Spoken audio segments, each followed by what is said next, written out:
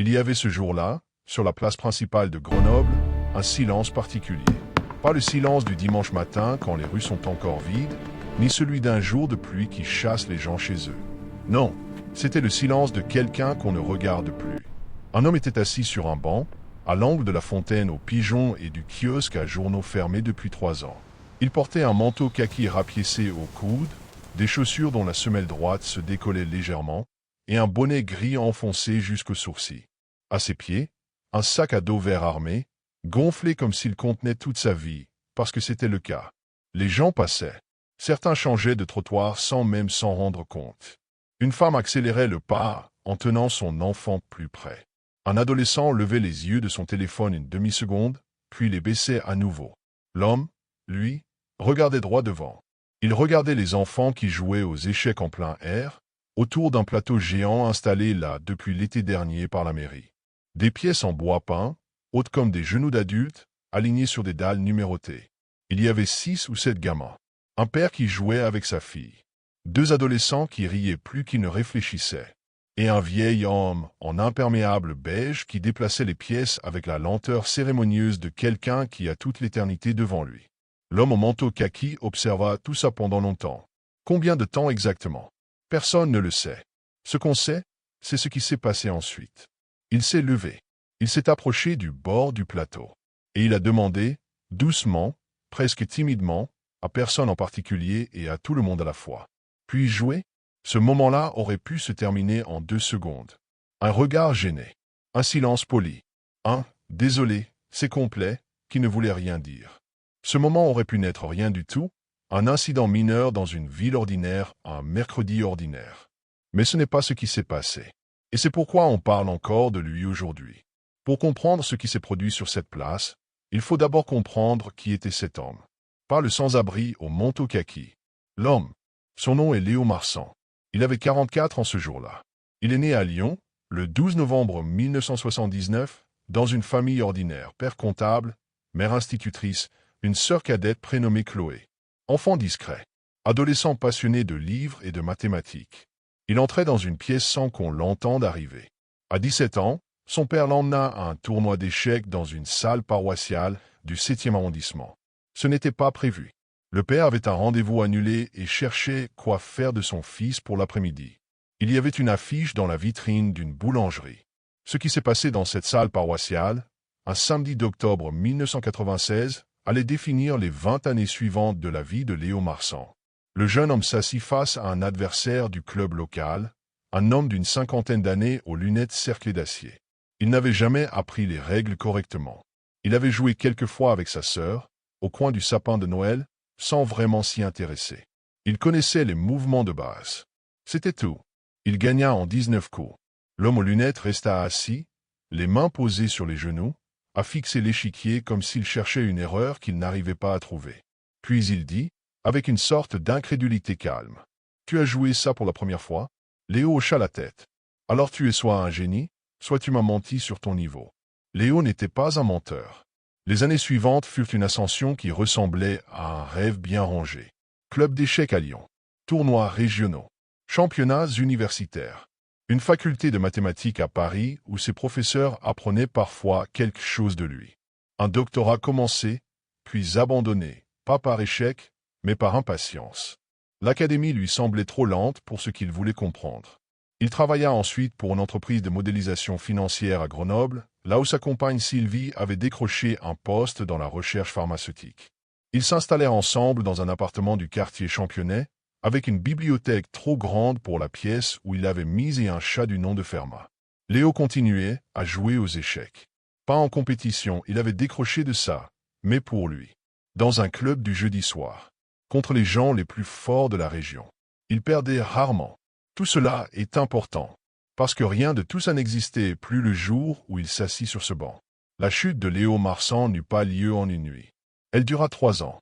Elle commença par quelque chose d'aussi banal qu'une restructuration d'entreprise. Son poste supprimé. Un plan de départ négocié. Quelques mois d'indemnité. À 40 ans, il pensa que ça irait. Qu'il retrouverait quelque chose rapidement. Que son profil était solide. Les dossiers partaient. Les réponses ne revenaient pas. Ou alors elles revenaient avec des formules comme « profil trop spécialisé » ou surqualifié pour le poste.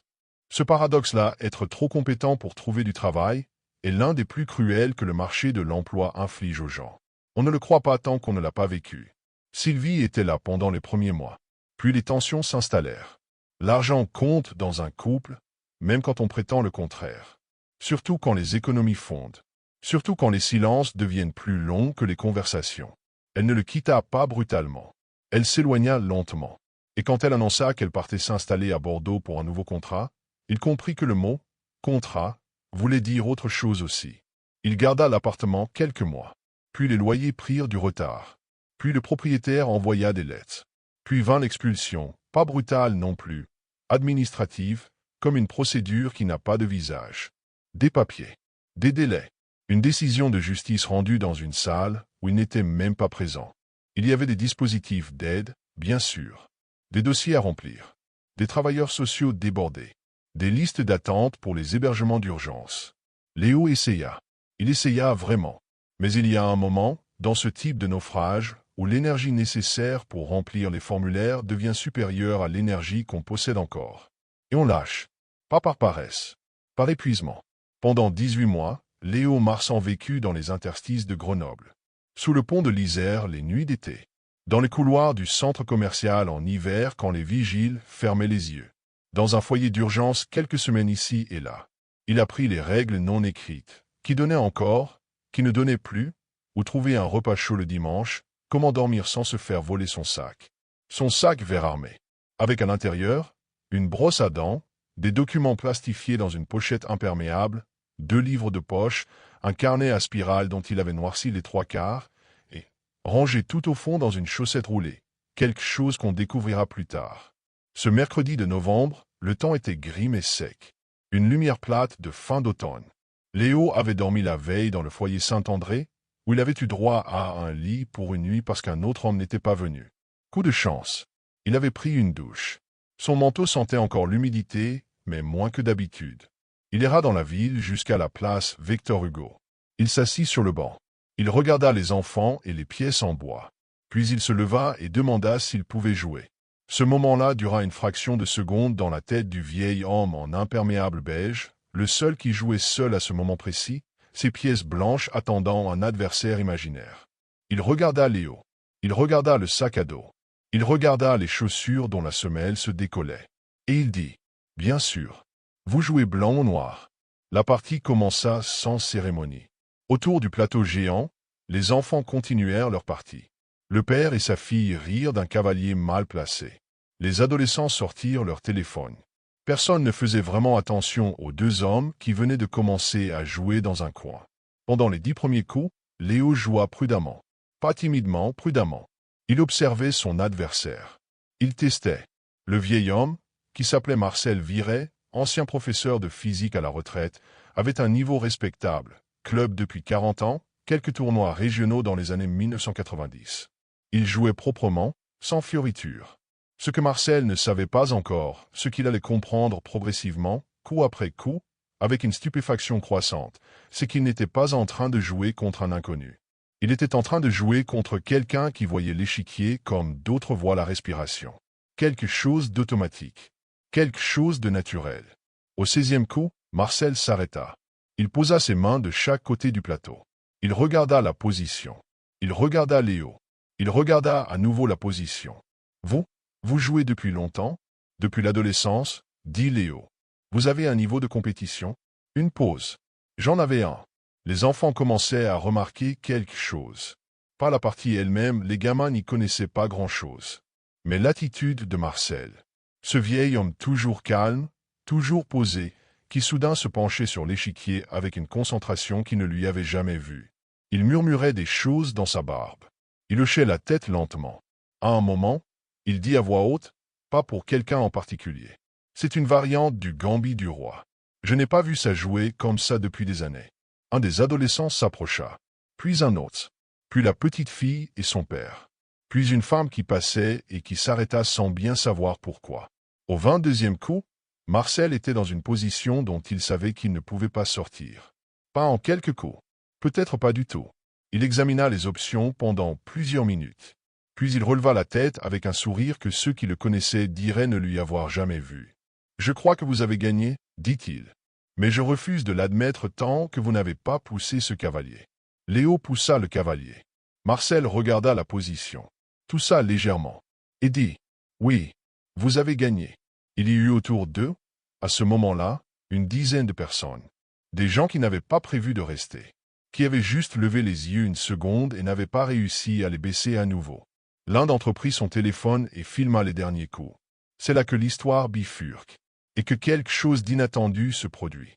Marcel ne se leva pas immédiatement.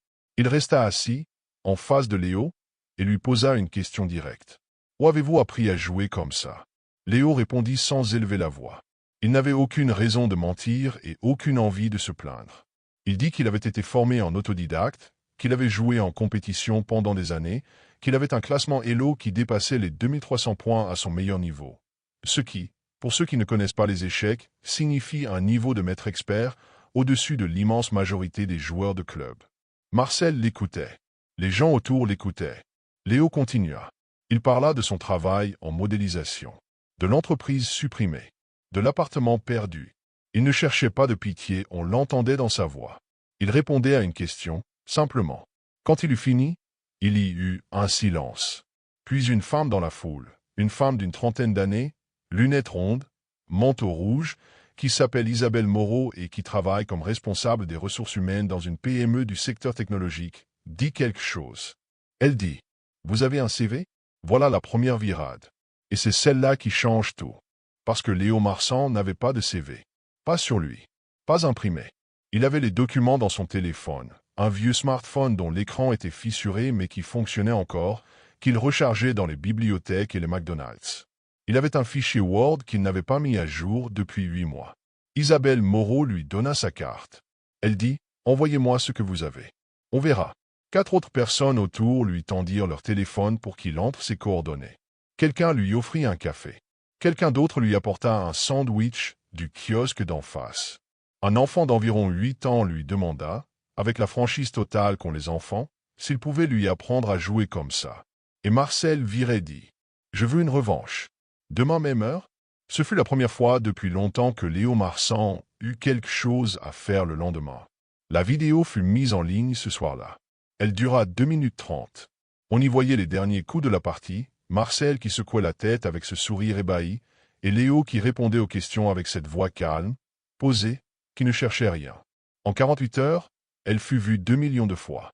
Pas parce qu'elle était spectaculaire, pas parce qu'il y avait des effets spéciaux ou de la musique dramatique, mais parce que quelque chose dedans était vrai. Parce que les gens qui la regardaient sentaient, sans pouvoir tout à fait l'expliquer, qu'ils étaient en train de voir quelqu'un. Pas un symbole, pas une leçon de morale. Un homme. Les commentaires se divisèrent rapidement en plusieurs types. Il y avait ceux qui pleuraient et le disaient. Il y avait ceux qui débattaient de la qualité du jeu, des joueurs d'échecs qui analysaient les coups, confirmaient le niveau, étaient manifestement impressionnés. Il y avait ceux qui posaient des questions sur son histoire. Et il y avait, inévitablement, ceux qui doutaient. Parce qu'Internet est aussi fait de ça. Des comptes qui disaient « c'est du fake, c'est monté, personne n'est vraiment à ce niveau-là en vivant dans la rue ». Des gens qui cherchaient des incohérences dans son récit. Des profils anonymes qui affirmaient l'avoir reconnu, inventaient des histoires. Léo Marsan n'avait pas de compte sur les réseaux sociaux. Il ne savait pas que la vidéo existait. Il était retourné dormir au foyer Saint-André. Cette nuit-là, il lui avait donné une place supplémentaire parce qu'une assistante sociale avait intercédé. Il dormit mieux que d'habitude. Le lendemain matin, Isabelle Moreau reçut son CV par email. 3 pages. Trop long, formatage dépassé, quelques fautes de frappe, les signes d'un document qu'on n'a pas relu depuis trop longtemps. Mais le contenu était là. Elle le transmit à son directeur général avec un seul commentaire, « Lisez ça ». Le directeur général s'appelait Thomas Leroux. Il avait 48 ans, il avait lui-même traversé une période difficile dans les années 2000 après l'éclatement de la bulle Internet, et il avait la réputation, dans son entreprise, en tout cas, de prendre des décisions que les autres n'auraient pas prises. Il lut le CV en 20 minutes. Puis il regarda la vidéo, Isabelle lui avait envoyé le lien. Puis il appela Isabelle et dit « Arrangez une rencontre ». Léo Marsan revint sur la place Victor Hugo le mercredi suivant. Marcel était là avec son imperméable beige et ses pièces alignées. Ils jouèrent 3 parties. Marcel en gagna une.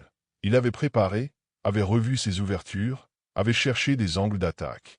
Léo joua les deux autres avec la même tranquillité appliquée, comme quelqu'un qui retrouve un geste qu'il n'a jamais vraiment oublié. Entre deux parties, Léo lui parla de l'email d'Isabelle, de la possibilité d'un entretien. Marcel posa sa main sur le bord du plateau en bois. « Vous savez ce qui est le plus remarquable chez vous ?» Léo attendit. « Ce n'est pas votre niveau aux échecs. C'est que vous avez demandé poliment si vous pouviez jouer. La plupart des gens, dans votre situation, ils n'auraient plus demandé rien à personne. » L'entretien avec Thomas Leroux eut lieu un vendredi matin, dans les bureaux d'une entreprise spécialisée en solutions logicielles pour la gestion de risques financiers, exactement le domaine dans lequel Léo avait travaillé pendant 8 ans. Léo se présenta avec son manteau kaki, fraîchement lavé à la laverie automatique de la rue Championnet. Marcel lui avait prêté une chemise bleue. Il avait ciré ses chaussures avec du papier journal et du beurre de cacao, une technique qu'il avait apprise au foyer. Thomas Leroux s'attendait à quoi? Exactement, il ne le dit pas clairement par la suite. Peut-être à quelque chose de moi. Peut-être à quelqu'un de plus cassé. Il est difficile de ne pas avoir d'image préconçue, même quand on essaie. Ce qu'il trouva, c'était quelqu'un qui parlait de modélisation des risques avec une précision chirurgicale, qui prenait les questions difficiles sans chercher à les esquiver, qui reconnut ses lacunes. Il était honnête sur les 18 mois où il n'avait pas suivi l'évolution des outils, et qui expliqua comment il comptait combler ces lacunes, avec une méthode, avec des étapes. À un moment, Thomas Leroux lui posa un problème de modélisation sur un tableau blanc. Léo l'analysa 1 minute. Puis il dit « Votre modèle a un biais. Ici, il sous-estime la corrélation entre ces deux variables dans un marché en stress. Ça marche en temps normal. Ça s'effondre en crise. » Thomas Leroux regarda le tableau. Regarda Léo. C'est le problème qu'on a en ce moment dans notre module de simulation. Notre équipe cherche depuis 6 semaines. C'est ici que la deuxième virada arrive. Parce que ce n'était pas simplement un homme qui retrouvait un emploi. C'était un homme qui avait continué à penser, tout seul, dans les marges de la société, à des problèmes que des équipes entières payées à plein temps n'arrivaient pas à résoudre. Pendant les 18 mois de sa vie dans la rue, Léo Marsan avait gardé son carnet. Ce carnet à spirale, noir, usé au coin. Les 3/4 étaient noircis, on l'a mentionné plus tôt. Ce qu'on n'a pas encore dit, c'est ce qu'il contenait.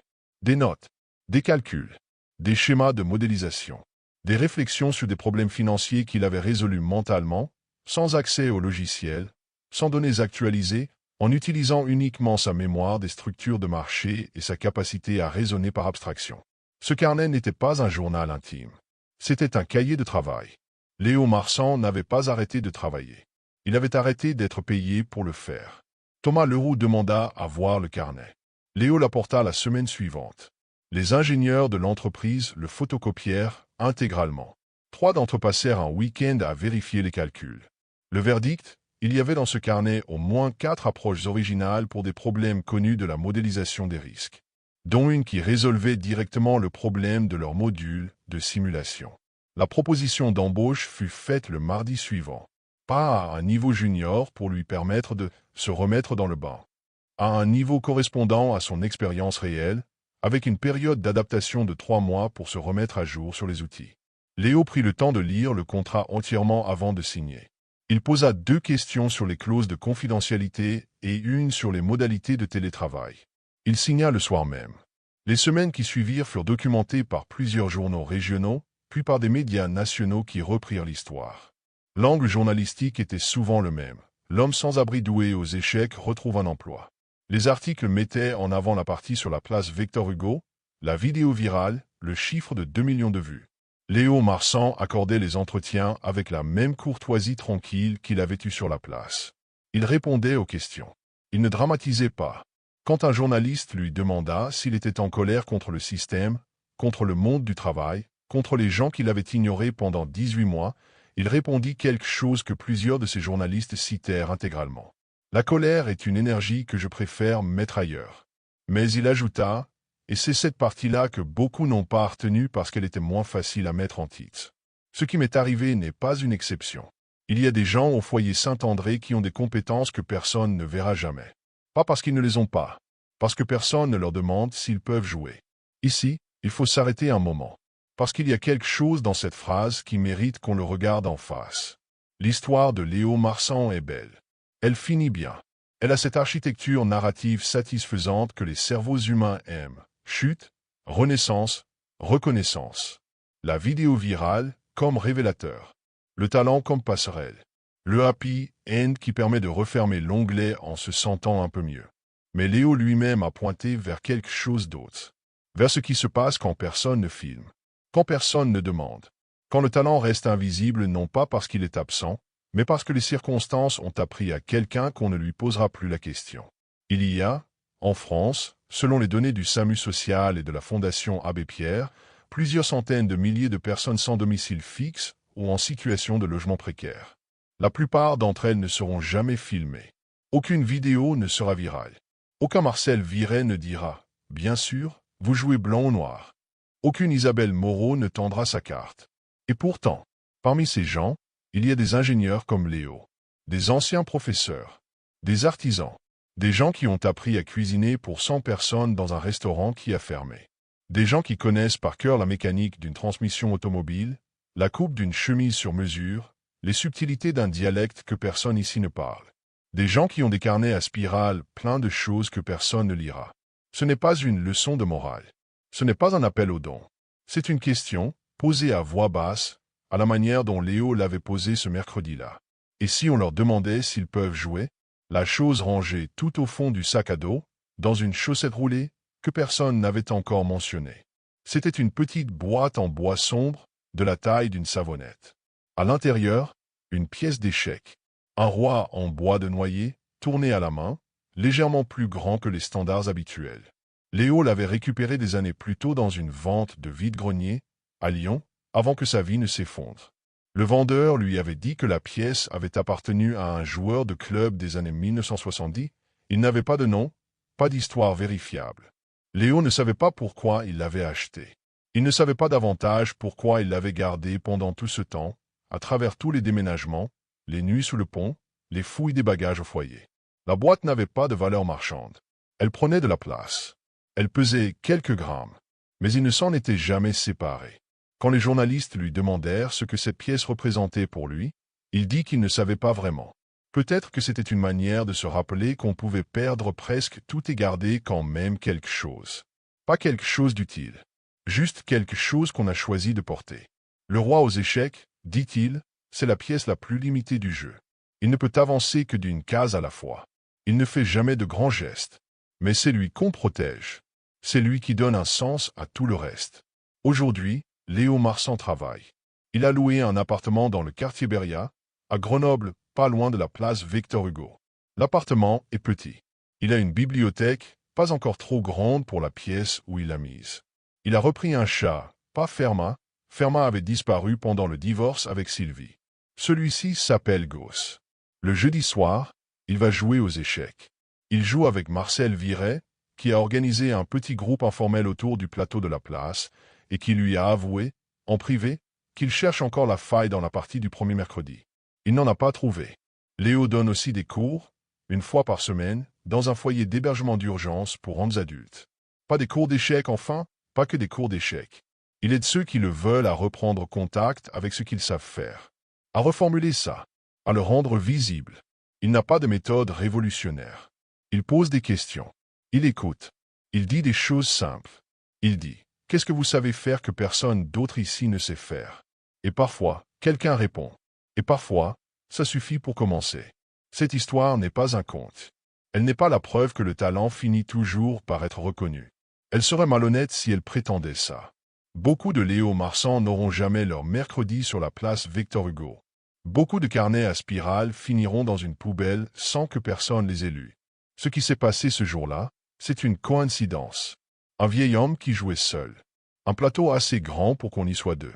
Une femme en manteau rouge qui avait une carte dans sa poche et l'envie de tendre le bras. Et un homme qui avait encore la capacité de demander. Après 18 mois d'invisibilité. Après avoir appris, comme tous ceux qui ont traversé ce genre d'épreuve, que les gens ne vous regardent plus vraiment. Il a quand même demandé. Doucement, poliment, sans certitude d'une réponse. Puis jouer, c'est peut-être ça, la chose la plus remarquable de toute cette histoire. Pas le niveau aux échecs, pas le carnet, pas la vidéo. Que quelqu'un qui avait toutes les raisons de se taire ait choisi de parler. Et que quelqu'un, en face, et dit oui.